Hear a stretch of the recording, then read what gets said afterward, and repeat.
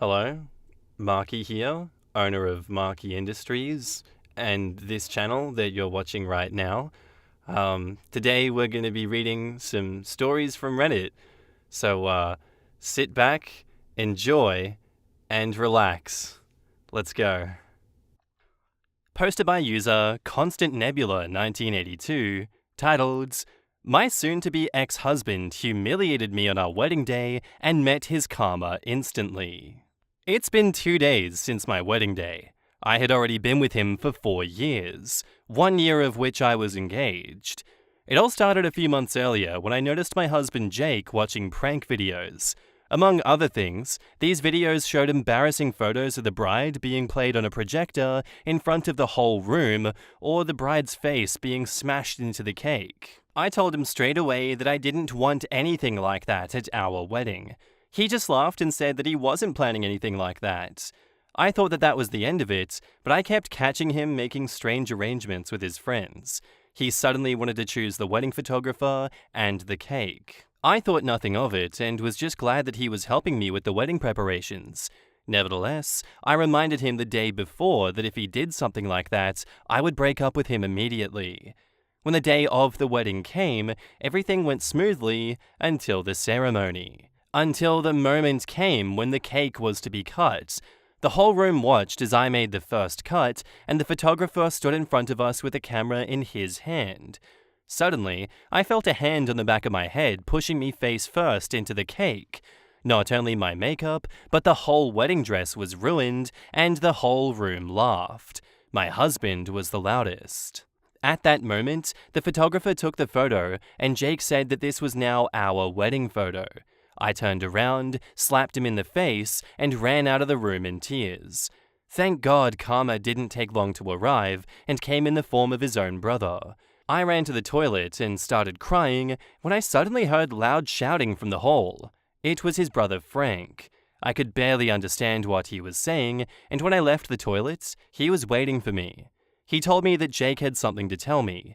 Jake was shaking and apologized without looking me in the eye. Frank told him to look me in the eye and apologize again. Even I was a bit scared of Frank at that moment, because I'd always thought of him as a kind and gentle man. I had never seen him angry before. Jake apologized again, and then Frank led us back into the hall, which was suddenly very quiet, and most of our families looked down at the floor, a little embarrassed. The festivities were cut short, and I was taken home by Frank because I was too angry with my husband, and I didn't want to see him. During the ride, Frank apologized for blowing up like that. He explained that my husband was horrible even back when he was a brother and used every special occasion to humiliate Frank. When it was Frank's birthday, my husband would throw his cake at him and break his presents. But back then, their parents always brushed it all off by saying that that's just how brothers behave. So he had to endure every humiliation. But when he saw my husband bury my face in the cake, he was fed up because he realized that my husband was just a bad person who got his satisfaction from humiliating others. I asked Frank if he thought that it would be an exaggeration if I separated from my husband, and he said no, because according to him, I deserved better, and he didn't care how his brother felt about it because he had brought it on himself. Then he told me that if I needed help collecting my things, he would help me and gave me his number. And I decided to separate from him and file for divorce and informed Jake and my family about it. Jake just told me not to do it because it was just a harmless prank. I was spammed by both his family and mine that it would be ridiculous to end our marriage over this. But I see it differently. If he does something like this to me despite multiple requests not to do it, even after promising that he wouldn't do it, then I can't trust him, no matter what he promises me. I have to assume that the opposite can and will happen, and that he doesn't care at all about how I feel about his decisions. This situation can be projected onto so many much worse situations where it would be important for me to be able to trust him. His brother Frank seems to be the only one who supports me now, and I will go through with a divorce. Call me humorless, call me what you want, but I have given my reasons. In the comments, 101010 Trees says, "He lied and was disrespectful. Obviously not the things you want in a marriage. Divorcing him now will save you from dealing with more boundaries being broken and the heartache. You deserve better. OP replies, thank you so much. And yes, that's what I've been saying. Simply put, Jake has always been a bully, just like his parents. Hopefully Frank cuts contact with them too. You didn't just dodge a bullet, you dodged a Remington factory. It's been only a few days since the wedding. Don't file the marriage certificate? Can't you just rip it up like it never happened? Yeah, or get an annulment. Annulments in many states are not like quick divorces for new marriages. An annulment is a judgment that the marriage is null and void because it was invalid at the time. This includes things like being underage, having reduced capacity through disability or intoxication, one party already being married, the spouses being too closely related, etc. Also, in the eyes of the law, a divorce ends a marriage, while an annulment says that you were never married in the first place. You told him what the consequences would be. Now he gets to live with that choice. I don't think you have to divorce. If you just don't file the marriage certificate within a certain amount of time, you aren't legally married. Just make sure that he doesn't file it on your behalf. I think you're right, but I also think the officiant of the wedding has both parties sign it before the ceremony. Then the officiant signs and files it afterwards. It's worth a call to whoever conducted the ceremony. They also may be familiar with the annulment process. I honestly thought that this was the same story that I read 4 months ago with the cake smashing incident where she just instantly left the wedding, much like this story. And my advice is the same in that one, just dump his ass. You warned him, you told him what was gonna happen, he deserves everything that's coming his way. I was so close to making a joke after that line, then he told me that if I needed help collecting my things, he would help me and then gave me his number. Right after that, I was imagining, I'm now married to Frank. That would just be so cliche and hilarious. Your own Mamma Mia moment right there. No, I can't get married to you. You're an asshole. But you, brother in the back, let's go right now. You also say that he met his karma instantly. Correct me if I'm wrong in the comments, but you following through with your threats, which you said you were going to do, I don't know if that's karma, much less just him, reaping what he sows. I feel like karma is something that you don't directly do, it just happens and he deserves it. But maybe I'm just reading into things too much. Hey sis, if you date my boyfriend that I had when I was 13 and you marry him right now, I'm gonna punch you in the face. Oh, you went along and did it? Bam! Karma! Sucks to be you. That's how I'm imagining the situation. Anyway. And now on to the update. So many of you asked for an update, and here it is. Many of you pointed out that I could get an annulment. Don't ask me why I didn't think of this earlier. But after you guys pointed it out, I planned on doing that. I haven't done it yet, but it'll happen in the next few weeks. It'll probably be much easier than a divorce. With that being said, what happens now? So, a day after I wrote the original post, I went to Jake's apartment to get my stuff. I slept over at my best friend's house in the meanwhile. Of course, I also took up Frank's offer to help me getting my stuff. When we arrived there, he pleaded with me that it was just a prank and he didn't mean to hurt me. But the only thing I could think about was how he broke my trust before and how I couldn't trust him now if he told me that he didn't mean to hurt me. When he saw Frank, his face turned red and he yelled at Frank and accused him of poisoning me against him. Don't worry, Jake. You did this yourself. He argued with Frank for a while, and Frank confronted him with everything he did to him during his childhood. He told Frank to grow a pair, and that he should forget about what happened back then. Ironic when he's the one who's never changed, and is just as bad as before. He constantly tried to talk to me, but Frank stood in his way and talked over him, and when we left, I saw how he angrily smashed the door. Apparently, he now spread lies to his family that Frank tried to steal me from him. Luckily, I was able to see who he really was before it was too late. What a coincidence that after this incident, my family spammed me with messages as well about how we should talk to a therapist instead of breaking up over this. They only stopped when I threatened them to cut them off too. I also didn't plan to share this with you, but so many people suggested it that I thought I could at least ask him. So after we got my stuff, I asked Frank out. Of course! But he rejected me, telling me that he's already dating someone else. I just wanted to tell you this so you can stop asking. But honestly, I'm also kind of glad that this was his answer, because it means he didn't just help me because there was a malicious intent behind it, but more because he's simply a good person. Regardless, I told him about my post here, and Frank told me that he read many of your comments. He said that he liked your comments, and that you guys made his day. I thought you might want to know this. This is probably the first and last update of this. I just want to get this behind me and look forward. But thank y'all for your support. In the comments, Trick Delivery 4609 says, depending on the state that you live in, you may need to file for annulment really soon. If not ASAP, or you've already missed your chance. Check ASAP and don't put it off. Some debts of his may follow you if you're married when he incurred the debts, so get it done fast. Annulments have deadlines as far as I'm aware. I'm confused why if the license wasn't filed, you would need to get divorced or annulled. In my state, you apply for a marriage license, get someone authorized to perform a marriage to sign the license, and then the license gets filed at the courthouse. You can go through the ceremony, but without that license being filed, it's not a legal marriage. My vote is for nuclear revenge. Agree to take Jake back only if he hosts a whole second wedding. One as identical to the first as possible. He has to do all the legwork and set everything up. He has 4 months to make it happen, and then just don't show up. Let all your family know, let his brother know, no one else. By the way, this was mainly a joke. I hope no one takes it seriously. OP, I'm sorry that you had to wait to find this all out this way, but it beats finding out in 2 or 3 years. Good luck in the future. And OP says, I know it's a joke, but still, even if I took him back for that, it still would be way too risky in my opinion. Tiny Sydney says, if you do that, it's over. Okay. Does the thing? It's over. Oh, come on, it's just a prank. You're overreacting. They never take you seriously, and then they never learn. Whatever it is always your fault, because they didn't do anything wrong.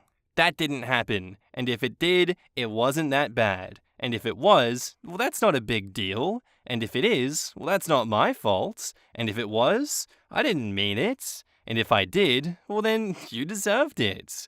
The narcissist's prayer. And Wicked Cherub says, it's just so dangerous. Lots of cakes have dowel and skewers in them holding them up, and you can basically impale someone through the skull doing that. You know, besides the disrespect, disregard, etc. Way to love someone, Jesus effing Christ. They often use toothpicks too. So dangerous to shove that in someone's eyes. Quite apart from that, sugar in the eyes is also not good. Heck, anything in the eyes can cause lasting problems. Any prank involving the eyes is a bad idea. Damn it, I was really hoping on OP and the brother getting together and having their Mamma Mia moments. Why did he have to ruin a good thing by being in a committed and loving relationship already? Do people not want me to be happy either? I'm kidding. But yeah, I know it's a bit of a tease in like, oh my god, what happened with the annulment? Do we know anything yet? No, it's still a pretty fresh story, so if there is anything else in the future, I'll let you know, but I doubt they're going to come back and update again, just to let you guys know that the annulment failed, because they'd just be getting a divorce. Though, headcanon, it'd be so spicy if he took out all these personal loans and just accrued so much debt just to screw her over before the divorce proceedings. Now that would suck, but it would be entertaining. I really just hate how sensational this whole cake face thing has become. Because it's led to idiots like this not thinking any deeper than, haha, funny video, let's do it for my wedding. I do and don't at the same time want to know how many weddings have been ruined by this cake face dilemma now, and it's uprising. Much like the amount of environmental damage and like forest fires that gender reveal parties have caused. It's another signifier that we're in the new age, aren't we? Oh, man. The future will have flying cars. No, it won't. It'll have people being impaled by toothpicks from cake face incidents and forest fires because we need to know the gender of our baby in the most destructive way possible. But you know what? Even after all is said and done, I'm still rooting for OP and the brother to get together. That's my takeaway from this. Our next post is by user I am a big jerk, titled, I cheated, but at what point do I deserve happiness? I'll try to keep this as brief and to the point as possible. I'll preface all of this by saying I am a reformed cheating asshole. I know that I effed up. Let's start with the backstory. I met my wife in high school. We dated for 3 years, but broke it off in the middle of senior year. We stayed broken up for a little over a year. During that year, I dated a little, fooled around a little, hooked up with a couple girls, but mostly just hung out with friends. Nothing serious. We got back together and everything was great. I don't know, when I hang out with my friends, we get pretty serious. Just saying. At 21, we had our first child and got married.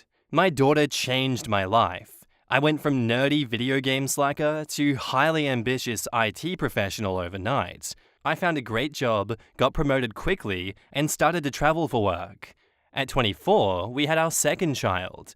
Prior to our kids, our sex life was pretty great, anywhere from 2 to 5 times a week. But after the second one, it was maybe once every other month, but usually less. I met someone that worked at one of the locations I traveled to. Similar situation, young, married with kids, no sex. It started innocent, as it always does, but eventually we decided that we loved our spouses, but still needed sex. And rather than run the risk of getting emotionally involved, we would just have sex when I was in town. When I wasn't in town, we'd talk like friends and co-workers and flirt lightly, but that's it. But a relationship like this allowed the both of us to open up to some sexual kinks that we'd never shared with our spouses, and the kind of stuff that I didn't get to do when I was single for a year. We did this for about a year and a half, which ended up being about 6 visits. We both decided that while it was nice to have kinky, no-string sex, we should really refocus our energy on trying to fix our sexless marriages. And I did. I completely put all my energy into rekindling the fire of passion in my marriage.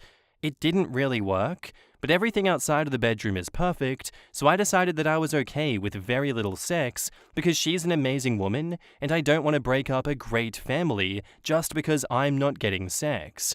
I also made a vow to stay faithful, which I did. Then about 2 years ago, my wife found a video on the laptop of me and my secret sex buddy. I came clean about everything, admitted that I was wrong, and vowed to prove that I'm worth trusting. She had some requirements that I accepted without question. I stopped hanging out with friends, stopped playing any and all video games, no longer chatted on MSN with friends, very limited time on the internet, switched jobs, helped out more around the house, let her have full access to my email, etc. Basically, I decided that I would cut out everything that could be a distraction from rebuilding trust. God, I miss MSN Messenger. It's 2 years later, and I'm confused. I've been faithful for more than 3 years now, and have done everything asked of me, and more. I've made such major changes in my life and who I am to prove that I can be trusted. But it's made very little difference. Still almost no sex, and she's very mistrusting still. She can have a Facebook, but I can't. She can go out with friends occasionally, but I can't. I can play a video game, but only if it has no online and chat components. We did counseling for about 6 months, and the therapist did say that she saw improvements and that I was making a serious effort to prove my trustworthiness and unlikely to cheat again. My wife didn't like sharing details of our life and felt like it wasn't helping. Recently, a girl I knew in high school contacted me and made it very clear that she'd be interested in a sex-only relationship. I told her no, but it made me start to wonder how much punishment should I endure. I felt that I've tried as hard as I can, and I want it to get better, but I refuse to spend the next 70 years apologizing and walking around with my tail between my legs. But I also don't want to be a weekend-only dad. That would kill me, and I still very, very much love my wife. I just don't know what to do. In the comments, Charlie Damon says, "Whatever you do, don't mention the girl in high school. I know you have to be completely honest, but there is no way that would help. Not to judge too much, but your life sounds abysmal. I seriously hope that there are incredible, fun things that you do that you just didn't mention. If not, you need a serious change to avoid resenting your wife, your child, and the world in general. Given that, you need to get some sex from your wife. I don't know how to help you with that, but I'm certain that there are tons of relationship resources online, in books, etc., that can help you broach the subject carefully. Also, it sounds like a therapist could be of great help as an impartial arbiter who can explain to your wife, without prejudice, that the current situation is untenable. OP says, things are improving. I've been playing some more single-player video games, and I love spending time with my kids, which makes up for a lot of this. Part of this is that I'm so afraid of losing them, or being a part-time dad, or some stepdad taking my place. We did go to therapy for about 6 months, roughly a year ago. The therapist said that it was very clear that I was committed to improving myself and our relationship, and unlikely to cheat again. My wife felt that it wasn't very helpful. Well then, it seems like your wife went into the therapist with preconceived notions, i.e., the therapist would side with her, and decided that anything short of the therapist saying more punishment would not be helpful in her eyes. Sadly, it seems your wife doesn't seem interested in fixing the relationship in any way at this point. And OP says, I'm also sure that she thought the therapist would side with her because she specifically said she wouldn't go to a male therapist, so we went to a woman. The therapist didn't let me off the hook or anything. She called both of us out on things that we can work on. The simplest solution is ask your wife. Tell her that you feel you've been punished enough, tell her which freedoms you would like to have back, and then start negotiating. Also bring up the consistent lack of sex, which she can't blame on your cheating. Don't be aggressive or whiny about it, just sit her down for a conversation and approach the subject with a practical mindset. If the conversation gets too heated, take a break from it and decide when you will continue. Good luck. Sounds like a messed up situation, and your story reminds me of something a friend told his soon-to-be wife before they got married. It was something along the lines of, when we get married, I'm going to have sex 3 times a week. You'll always have first dibs on that. Lost touch with that friend. No idea how that worked out for him, but it's a fun story. Holy shit! Speed running to getting divorced. Haha, you have first dibs on sex, but if we don't get it, you know what's gonna happen. Yet another Reddit moment from Markee here, but if the relationship isn't working like it was, after 3 years of continuous trying, and she's being this much of an asshole at the therapist, I don't see a future with you two together. I don't think it's healthy for you or the kids to stay with her, because as much as, on the outside looking in, it's healthy for the kids with you both together, they're gonna pick up on subconscious tells between you two that, it ain't all cookies and cream here. I'm a big advocate for just separating and being amicable, healthy co-parents with, a good custody agreement between the two of you, but that's not realistic in, I'd say, a lot of cases. I want to say most, but I don't believe that myself. If she's unwilling to fix things with you and is going to keep you in this position for the rest of your lives together, you're going to go insane. Much like philosophy and whatnot, your Sisyphus and your life with your wife is the boulder that he's pushing up the hill. You need to put the boulder down, Mr. Sisyphus. This ain't healthy for you. This ain't good. And now, onto the updates. First, let me say thank you to everyone who commented. I read all of them, and they helped me more than I can ever say. Thank you, Reddit. What a difference a week makes. I came to Reddit a mere 5 days ago, and the life that I had last week is nearly unrecognizable from the one that I have today. Wall of text ahead. After reading all of the comments last week, I decided that I'm not a prisoner and things had to change. That's right. New year, new me. I'm not paying taxes anymore. I made plans to go out with friends that I hadn't seen in over a year on Friday night. On Thursday night, I sat down with my wife to try to reopen communication. I let her know that I have needs and wants that aren't being met, and that if we're going to make this work, then some changes have to happen. She is my partner, not my warden. She took it pretty well and seemed to understand where I was coming from and recognized the huge amount of work that I've put into myself and this relationship. It felt like a fairly major breakthrough. We even discussed picking a new therapist and giving that another try. But there was something nagging me the whole time. A Redditor said to me that he went through something similar, but eventually found out that his wife was also cheating, which explained the Alcatraz-style lockdown on his life. I don't know why, but I couldn't shake this thought.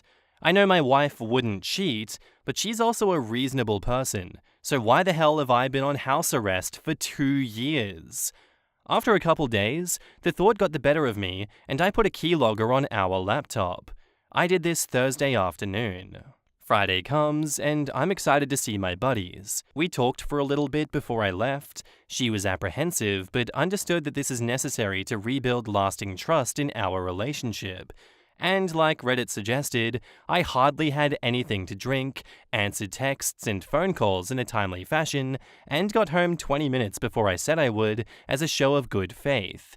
My wife is in bed already, but sleepily asks how the night went, and I said that it was great. Saturday morning, we discuss it at length. She seems genuinely happy and understanding, and I am beaming ear to ear. Not only did I get to see the buddies, but it appears that I'm making headway in my relationship. Win-win. And while I'm on this euphoric high, I decide that trust is not made with a keylogger, much like friends with salad. It was dumb to install it, and will only create paranoia in me. I should also mention that while she has full access to my email, I have the same access to her email and Facebook, so it really seemed that a keylogger was overkill. I go to uninstall it. Of course, curiosity gets the best of me, and I check the very limited 2.5 days worth of logs. Nothing jumps out at me. Amazon, Facebook, YouTube, Gmail, etc. I get to the end of the log, and it's looking good, until I see another trip to Gmail, this time for an account that I've never seen before. I remain calm, because I too keep an old Hotmail account for spam and sign-up crap. I've advised her to do the same and only let friends know her real email. Either way, I log into the new account. No spam, no nothing, it's empty.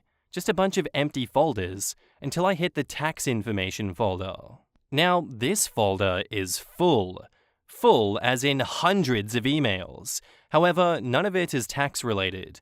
All of it is to or from Steve. I have a 65-year-old step-uncle named Steve, but this is not him. I don't know who this Steve is. These emails are graphic. Lots of what he likes to do to her, and what she likes to do to him. Lots of last weekend was amazing type stuff. So after reading maybe 30 of these, I decide I need to stop reading them. I made a new Gmail account, and forwarded all of them to this account. Then I went back and deleted my tracks. I'm somewhat calm during all of this. It sucks, but I cheated, so I am now experiencing what she did when she found out about me. While forwarding them, I pay closer attention to the dates. This affair has been going on for a very long time, all the way back to roughly a year before my son was born, or 1.5 years before I cheated. That hits me like a ton of bricks. What if my son isn't mine? What if my 1-year-old baby girl isn't mine? I effing lose it. I verify my tracks are covered and bolt out of the house saying I'm going to the gym. I sit in my car for 2 hours crying at the thought that they might not be mine, and how do I ever move forward? I have no idea how to confront her. I head home and find her best friend is there. They've decided they want to go to a movie. I'm still in shock, so I just nod. I need time to process anyways. So I put the kids to bed and try to figure out how I'm going to talk to her about this. I decide to check her secret Gmail again. She emailed him about 4 hours earlier. She told him that she'd have an hour after the movie to meet up. Check the time, the movie is done, or close to it. I started calling her cell repeatedly. No answer. I call about 10 times. No answer. It's 1 a.m. and I'm sitting on the couch and she walks in. Surprised to see me up, asks if I'm feeling okay. Ha! I stood up right in front of her and said, I'm fine, and asked her, why didn't you pick up the phone? She says that it was a movie, can't talk in a movie. And then she forgot to check it when she headed to the bar for one drink. She makes her way to the stairs and I say, How's Steve doing? Her face goes white. Your uncle Steve? She says. No, the Steve you just got done screwing 20 minutes ago. How's he? I say. She says nothing. I tell her I found the Gmail account. I saw her email planning to meet him after the movie tonight. With what little composure I had left, I asked, "Why didn't you come clean when you found out about me cheating? We could have fixed this together." She starts bawling and runs upstairs. I follow, and what ensues is the worst 4 hours of my life. She comes clean that she met him back when she was working. He was a temp. I again asked why not come clean 2 years ago so we could both work on this. She says she was too hurt by what I did and too ashamed to come clean. She said she told Steve that she needed it to end and wanted to work on our marriage, and she says she did. But about 8 months later, ended up hooking up again, and it started all over. I asked why the prison rules, and she says it's because she loves me and didn't want me to leave. I explained that, while not right, I cheated because we didn't have sex, but obviously she was having sex elsewhere, so she didn't need it at home.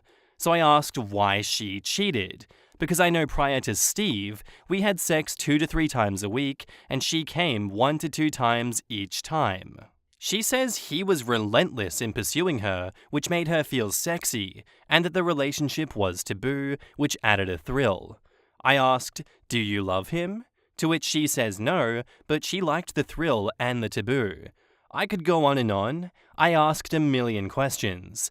Eventually, I ask the big question, are the 2 youngest kids mine? She assures me they are, and I ask how she can be so sure, to which her response is, she just knows. Despite what she says, she has no way, without a blood test, to assure me they're mine. I am crushed on so many levels. I stand up and head for the door. She stops me and begs me to forgive her and says that we'll work this out. I can impose harsh rules if I want, and I can watch her every move, and she'll do anything to fix this. I calmly tell her that I have no interest in being a warden and that I need to go for a walk. I walk for an hour and come home and crash on the couch. Sunday was beyond awkward. I said very little to her. I studied my 2 youngest, trying to find my traits in them. Every time I think I'd see something, I'd be struck by the fact that I don't know what Steve looks like. Perhaps he has big ears too, and that's where my son gets them. We talked briefly on Sunday night. Despite wanting to ask more and understand more, my soul just wasn't in it. So we went to bed separately, and I laid awake to the sound of her crying upstairs. It felt good to get that out. I'm not sure what to do from here. Part of me thinks that neither of us will likely ever trust the other, but the other part thinks that she could have left 2 years ago to either be alone or to be with Steve. She gave me another chance, and I'm a better person for having that chance. Wouldn't it be hypocritical of me to end this because of infidelity? Doesn't she deserve a chance to prove herself and improve herself like I have? Updates. I got home from work, and she has the kids at her parents' for a sleepover. She kept trying to get me to say what I thought or felt, and I kept pretty quiet. I told her that I didn't know what I thought or felt yet. I know I need to talk to her, but all I feel like doing is laying on the couch with some beer and watching Futurama until I pass out. She did eventually get me to talk. I basically said that I don't know what to do, but I think that at the very least we need some separation in therapy if we're going to attempt to fix this. She was unhappy about the separation part, but I put my foot down. I've lived trapped in my own house for 2 years.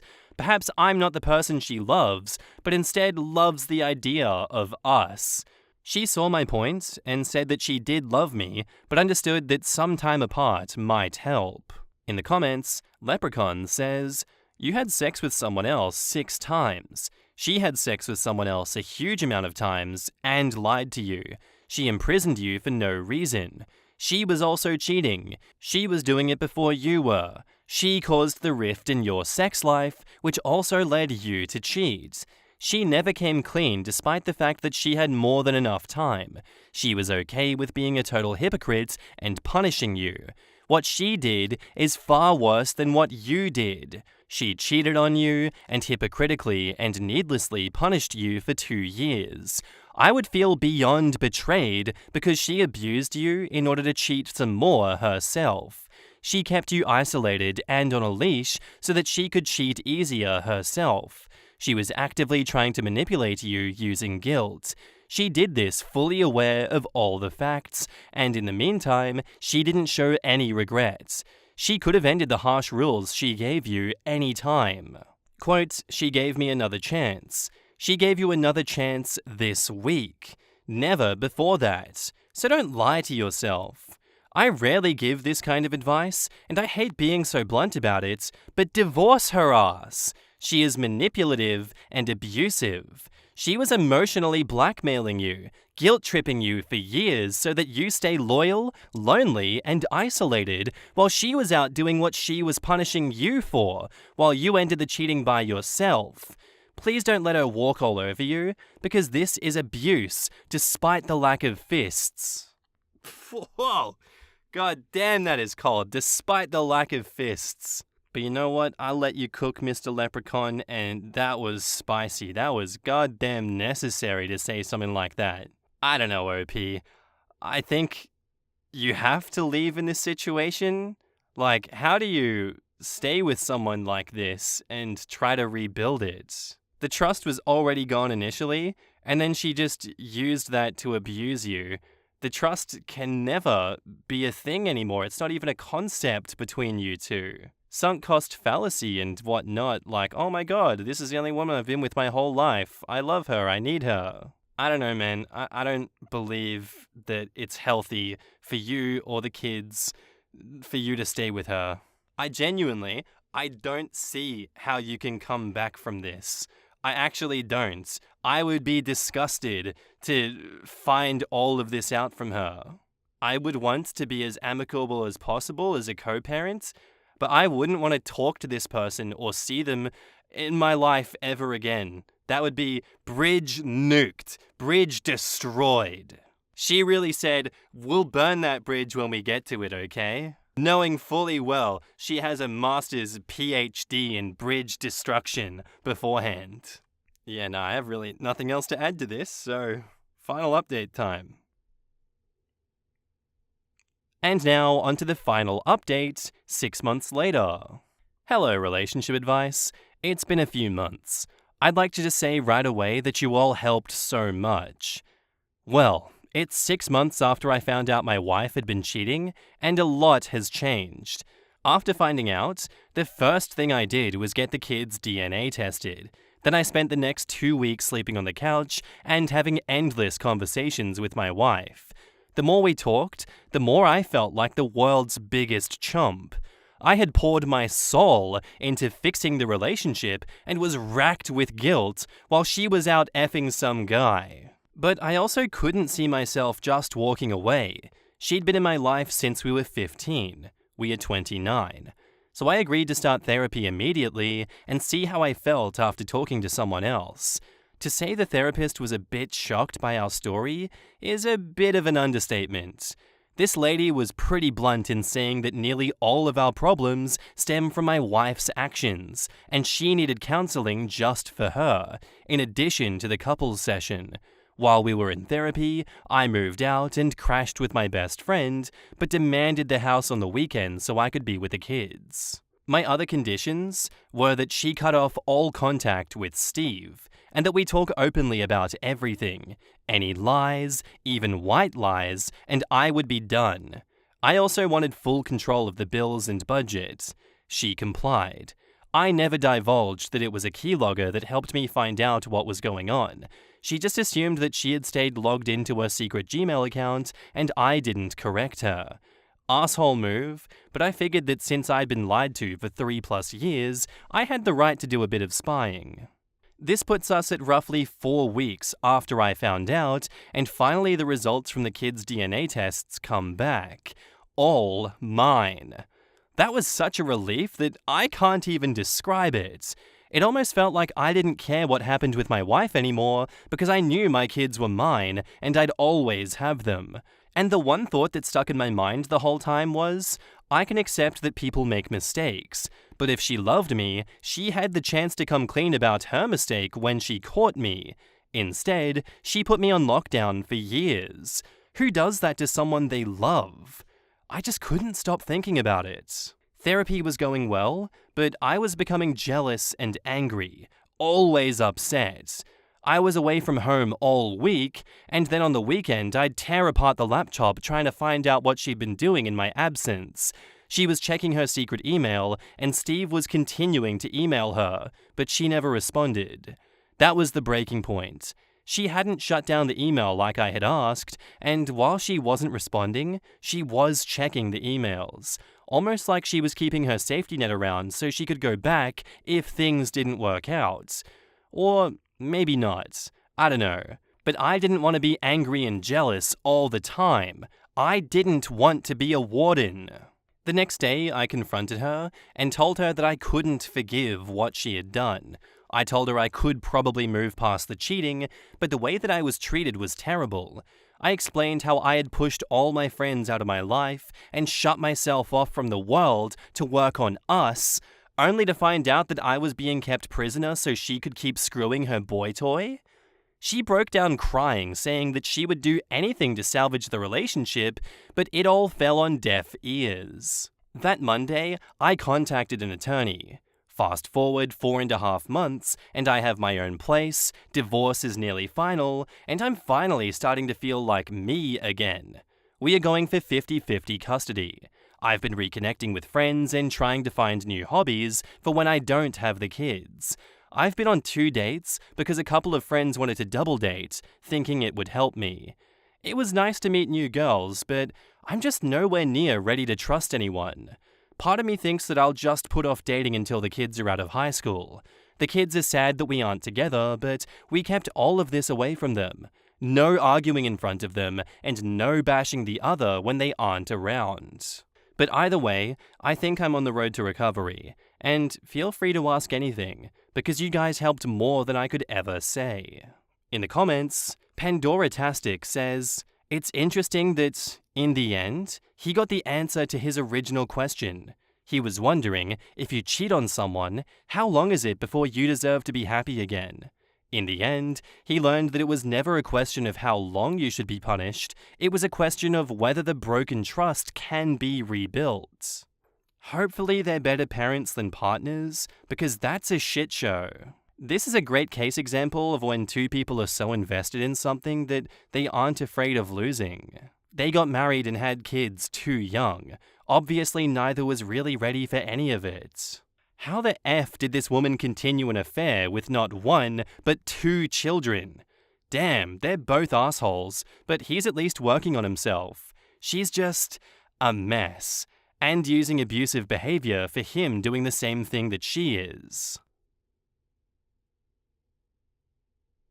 Posted by user SarcasticSurfer32, titled, "My 32 female, fiancé 33 male of 80 years refuses to have a wedding.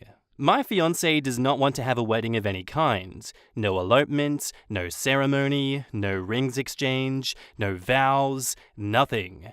I've always wanted a traditional medium-sized wedding, but I've compromised to doing an elopement with just my parents present.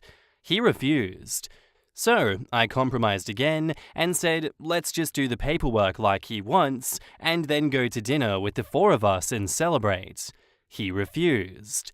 Then I said, okay, let's just do the paperwork and dinner with the 2 of us and then get some pictures of the 2 of us and maybe do a party or something with family a few months from now. And he refused. I just want to make it special. It's important to me, and I've expressed that to him, and he will not compromise on anything. We've been together for 8 years, so it's not as if we don't know each other well. I am really starting to rethink getting married and even staying in this relationship. But he says that I'm being bratty. Am I putting too much importance on this? Anyone else just do paperwork and call it a day and not regret it? Edit to add, he just wants to do paperwork and make it legal. He doesn't want a ceremony or fanfare of any kind. He doesn't have family that he wants to invite, and I'm very close to my family and want to have them at something. He also wants to focus on saving money and not spending it on a wedding. Also, thank you for all the time that everyone has taken to leave thoughtful replies to this post. It's really helping me reflect on the situation, and I appreciate the responses. In the comments, Back in Business Baby says, "Your post made me so sad. You keep making yourself smaller and smaller to try to accommodate him. Any man who loves you and wants to marry you would be proud to celebrate your union, even if it's just in a simple way. Honestly, I think you're putting way too little importance on his behavior." This is how I felt reading it too. You are pleading, and he just refuses to compromise in any way. I can understand if he was just refusing a ceremony, but even refusing paperwork plus dinner just doesn't make sense. Are you sure he even wants to get married? He knows you aren't going anywhere considering you've been engaged for 80 years and put up with it. You should have rethought the relationship a long time ago. A man not even willing to bend a little bit to make you happy? Are you sure this is a husband that you want? OP says, "Good points. I think my post wasn't super clear. He does want to do the paperwork. That's the only part that he's willing to do. He wants to make it legal, but with no fanfare. If just a dinner out with close family or the two of you is just too much fanfare, then he doesn't want to be married. That's the usual amount of fanfare that most people put into their anniversaries. Is he the same for every celebration? He never has a birthday party or goes to dinner to celebrate his birthday?" OP says, "No, which is another reason why I'm wondering if I'm making this too much of a big deal. He doesn't celebrate anything. I always get him a cake, make him his favorite dinner, and wrap a gift for his birthday. But he really doesn't ever ask to do anything or mark it in any way.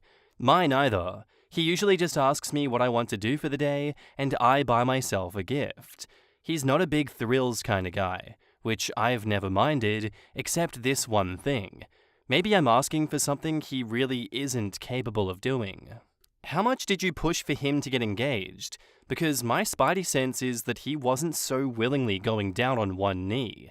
My bet? He doesn't want to get married. He caved to the engagement, and now bashing the wedding is his latest way to delay and push it off. OP says, "I really didn't push. We've been living together for 7 years, and he just showed up in the kitchen one afternoon with an engagement ring.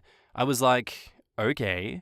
I also do think you're right that he doesn't really want to get married on some level. The thing I'm confused about is I was very slow to schedule anything because I would rather delay it than give in to something that I don't want to do. But he asked me daily to schedule an appointment to do the paperwork. Why not just leave it alone and wait for me to initiate everything? I wouldn't have even scheduled the paperwork if he didn't keep pushing me because I wanted to plan an elopement." OP, after reading your post, I have a feeling that he doesn't even want to make it legal. You offered him many options. What's the problem with signing the papers and having dinner with your parents? Is that just like an inconvenience to him? And OP says, "He doesn't want to spend the money and thinks that I'm too dependent on my parents. I see them for the holidays and talk to them on the phone weekly. He isn't close to his family, so he thinks that I shouldn't be. He doesn't want to get married. My guess is you were talking about getting engaged. To shut you up, he proposed.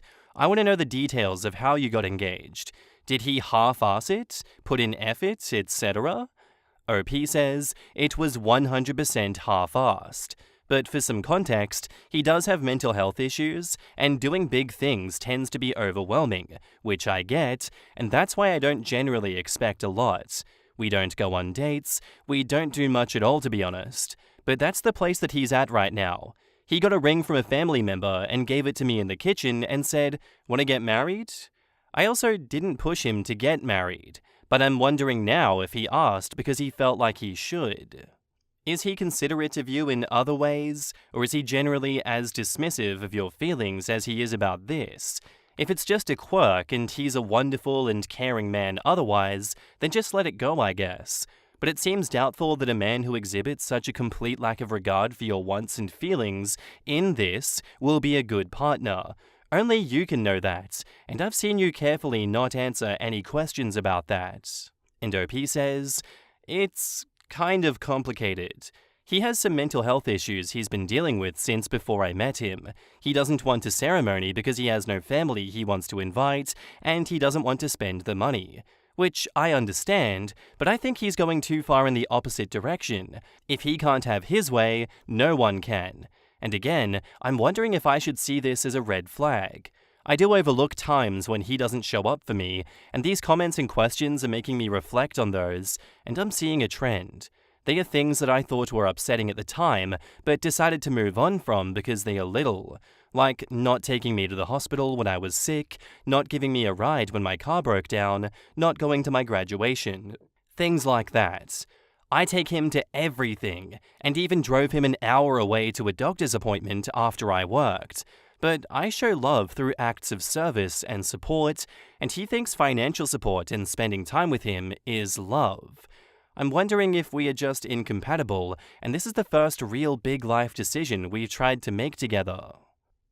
Oh my god, this is just so much for me to process all at once. I don't want to give a typical Reddit Andy response of being like, you've said it loud and clear here, OP. Like, you do so much more for him. He's a very low effort kind of person. He takes you for granted, in your own words. Sometimes it does take third parties in these instances for you to reflect and see trends that you'd otherwise just think are normal and you can brush off because it's never really been a problem before, or you haven't recognized it as a problem. I want to know why he didn't take you to the hospital when you were sick, why he didn't give you a ride when your car broke down, why didn't he want to go to your graduation? Those are pretty big things that you'd want a partner to be involved in, and if they didn't want to be involved in those things, you'd want a pretty big and good explanation as to why they can't, or why they refuse to. And I understand that everyone has love languages, and they have main love languages that they show their love through. I still think that those are suggestions and guidelines, and you should always be fulfilling all acts of love in every, aspect. They're just there to remind you and make you think of what you are lacking and what you need to work on in the love department personally. If all he does is financially support you and spend time with you, but not do things like acts of service and think that that's enough, for me that is a huge red flag. And now, on to the updates. After reading through the comments and reflecting, I had another conversation with him. He agreed to have dinner with the two of us and take a couple of photos, but only if he could buy himself a new computer. I'm sorry, buy yourself a new computer? That is so pathetic. I'm only going to talk with my fiancé of 8 years if I can buy myself a new computer. What is wrong with people? That was much more insulting to me than anything before, especially because he claimed his reason for not agreeing to anything is mostly because of money. I think most of the comments were correct that he never really wanted to get married. I called everything off, cancelled our appointment to do paperwork, and returned the ring that we bought. I'll have to deal with telling my co-workers, but I guess I'll Google how to tell people without going into too much detail. I am leaving him.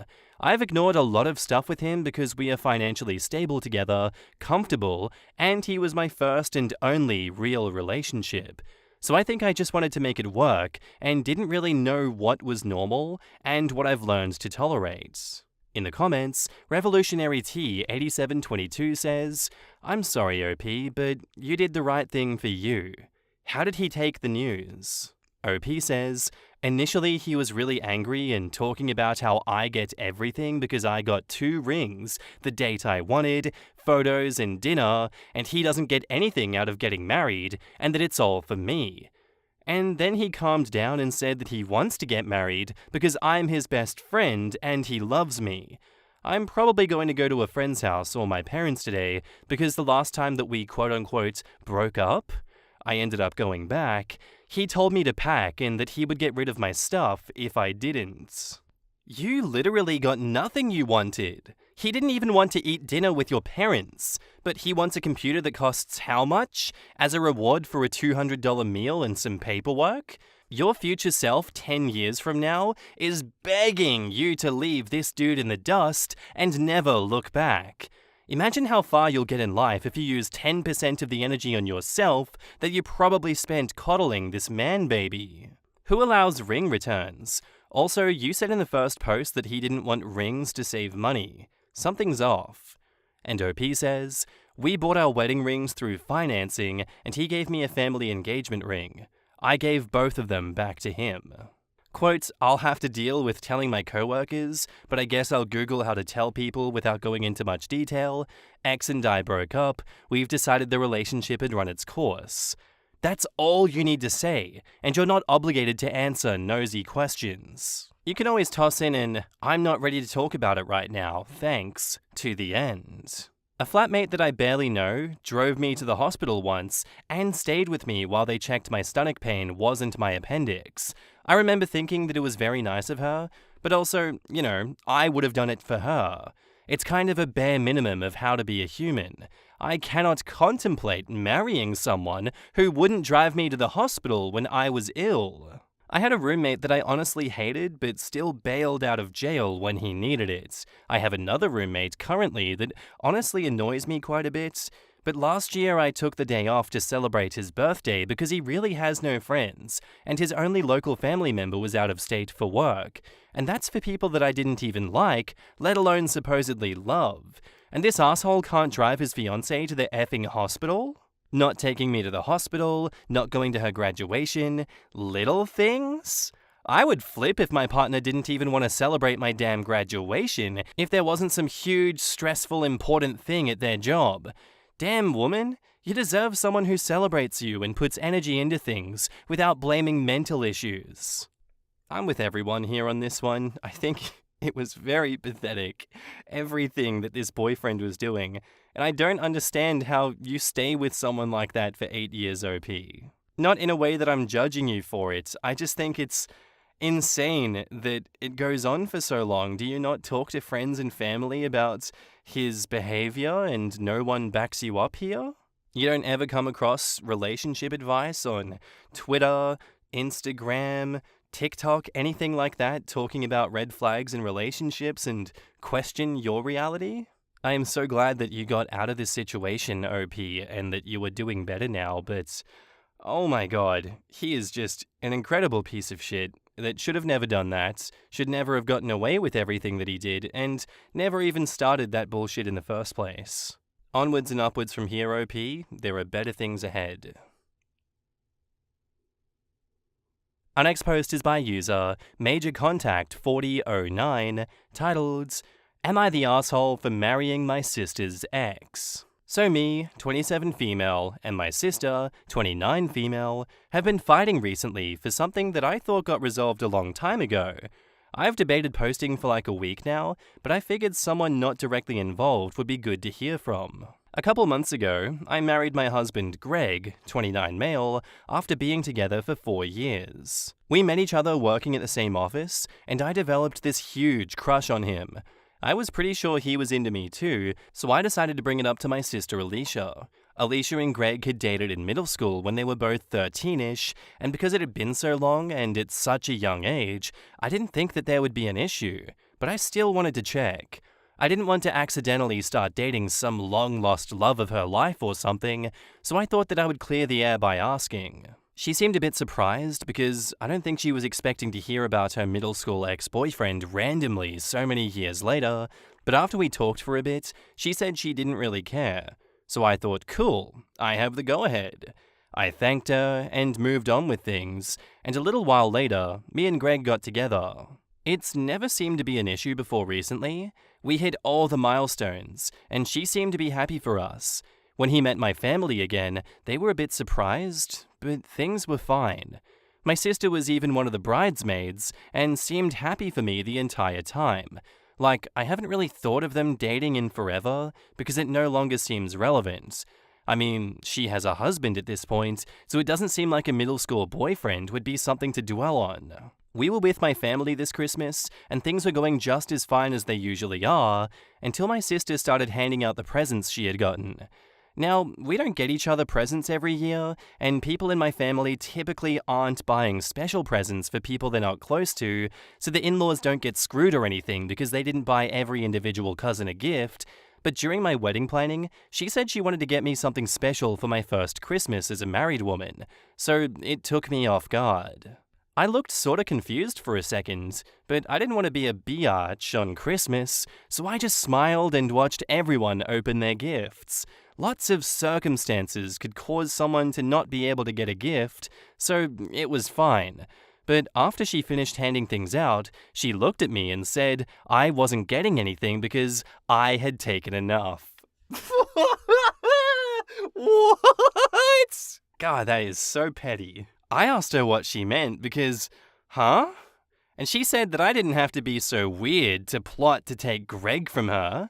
I'll admit, I had a crush on him when I was 11, but I didn't plan my life around dating him one day. I grabbed her and pulled her into the other room, and we started yelling at each other. I definitely said some nasty things, because if she had an issue, why wouldn't she bring that up when I directly asked her? We both wound up leaving my parents' house early, and her husband seemed super pissed.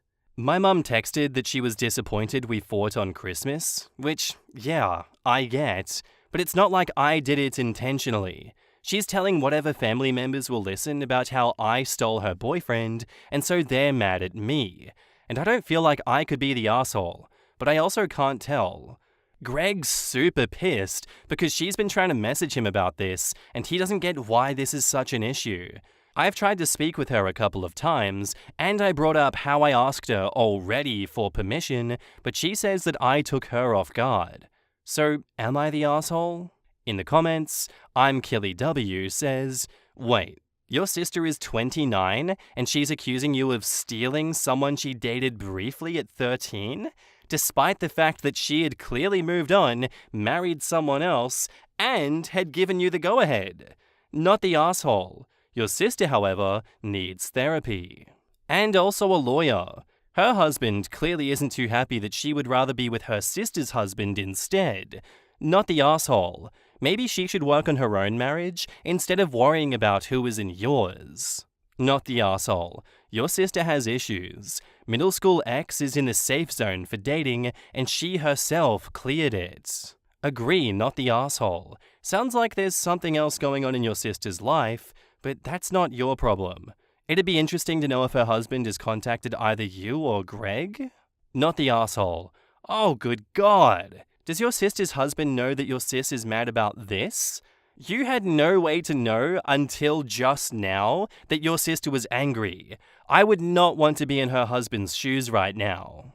OP says, he was there during presents, so he has to be aware. Even though we definitely talked more away from everyone, she made it pretty clear why she was mad while we were still sitting around. That is super embarrassing. No wonder she's trying so hard to paint you as the bad guy. She's aware she's made a huge mistake in the heat of a moment. It's clear that by making everyone believe that you're at fault, she's really trying to convince herself this isn't the screw-up of her life. My headcanon theory here is that sis just forgot that she gave the go-ahead. I genuinely think she forgot she gave the go-ahead and wanted to start some drama at family Christmas. Maybe she has a boring-ass lawyer life at home, no actual drama, been watching a few too many Housewives of Orange County, and was like, you know what? I'm gonna do that. The invisible camera that's on the other side of the room is gonna pan really sharply into my face when I'm being dramatic and silly and just not a good person, that's for sure. Either that or there are some meds she should be taking that she has stopped taking because what an insane thing to start a fight at Christmas over, but I'm sure it's not the worst thing that people have fought over at Christmas. I don't think you're the asshole for marrying your sister's ex-OP. I know that you willingly stole him from her. Her being a married woman and you being in a relationship with this guy for 4 years and it never being a problem. You stole him right out from under her feet. Shame on you, OP, but you're still not the asshole in my eyes. And now, on to the update. Things are pretty tense right now in my family, but less people are mad at me now. A lot of you were correct about the marriage issues between my sister and her husband. The other night, my mum invited me over to talk about what was happening. First, she apologized for telling me that she was disappointed. Her and my dad were just upset that there was drama on Christmas. I apologized for picking the fight during the gift exchange because I know I definitely could have waited until later. Her and my sister have been talking a lot the past couple of days. I have yet to talk to her in person. Alicia told my mum that her husband Chris had told Alicia that I had been flirting with him and I had seduced him. I would never effing do that. So this was a pretty big shock to hear. He had never been weird to me, so I had always been cordial, but I am in no way attracted to him. She had told my mum a couple of months back that Chris was interested in another woman, but never said who. They had been going to couples counseling to help, and Alicia told my mum that it had been helping. We are not sure what caused her to snap at Christmas specifically, since beforehand, she told my mum that things were getting better. My mum had called her the night after we fought, and that's when my sister told her that I was the person Chris had been talking about. I just don't get why he'd pretend we had been flirting, or why she'd even believe it. I've always been open about Greg, and I can't even think of the last time I've spoken to Chris without someone else present. I guess he wanted to avoid responsibility or something, but he didn't want to make that my issue. But the stealing comment she made towards me was because I guess she saw it as 1 is a coincidence, 2 is a pattern, and thought that I was some evil biatch who wanted every guy that she had. When my mum called me over, she didn't think that I was doing anything with Chris, but she still asked to make sure, which really hurt to be honest. It's not like I can prove that I'm not doing something, but she believes me at least. Since we've talked, she's been doing damage control on all the relatives, who my sister was telling that I was stealing her husband. This whole thing would have been easier if she had just talked to me about it. My mum said she would try to talk to Alicia some more to convince her that I'm not trying to steal her husband. Greg's pissed. He's pissed at my whole family pretty much, but mostly Alicia and Chris. She texted Greg yesterday, "OP only loves you because you were mine." Sophia, I guess she doesn't believe my mum. He blocked her after that. I don't know.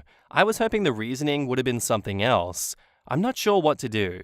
I don't know if my relationship with her can come back from this, and I refuse to be anywhere near Chris. In the comments, Rocket P says, "It's possible that your brother-in-law cheated and is using you as a smokescreen to hide it. It is unfortunate that your sister chose this route, but that's on her. It's also possible that she knows he cheated, and who with, and is also using you as a smokescreen. Either way, none of this is on you. Your sister is an adult and is capable of communicating like an adult and not like she's 14 again." Probably because sister has complained to him about OP stealing her ex. Easy target for him to use. Oh, it's definitely this. He's been subjected to listening to the sister's insanity about Greg becoming an important ex. He's got sick of it, cheated, and blamed sister-in-law, because she's a believable target because of the sister being nuts, and because he gets back at his wife in such a twisted way. Sister and her husband deserve each other.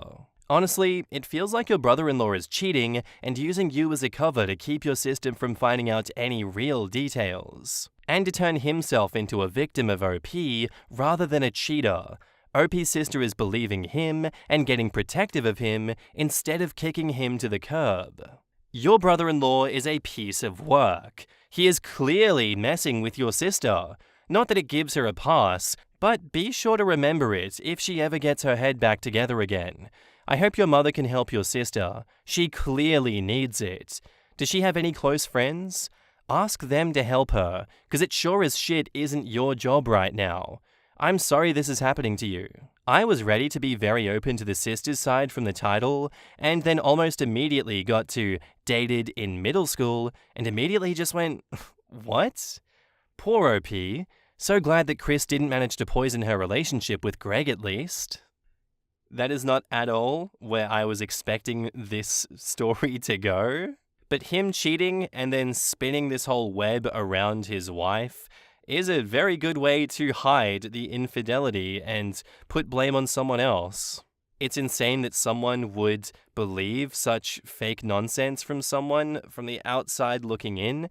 But again, like the first story, a lot of people get stuck in, situations and will believe things and will continue without really questioning why they're feeling this way, why their partner is doing that, if that's a normal and healthy thing for their partner to be doing. I really do hope that OP works out this situation and can fix things with her sister. But yeah, right now it's not looking amazing, that's for sure. And that's where I'm going to end today's episode, guys. I do hope you enjoyed. I am loving my padded cell. Don't forget to like, comment, subscribe.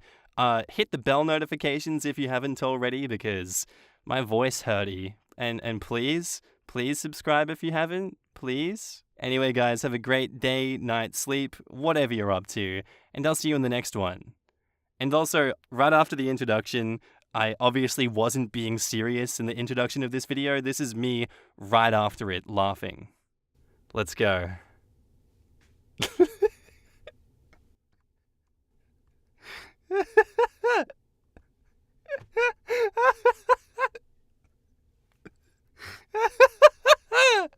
Oh, it's so bad.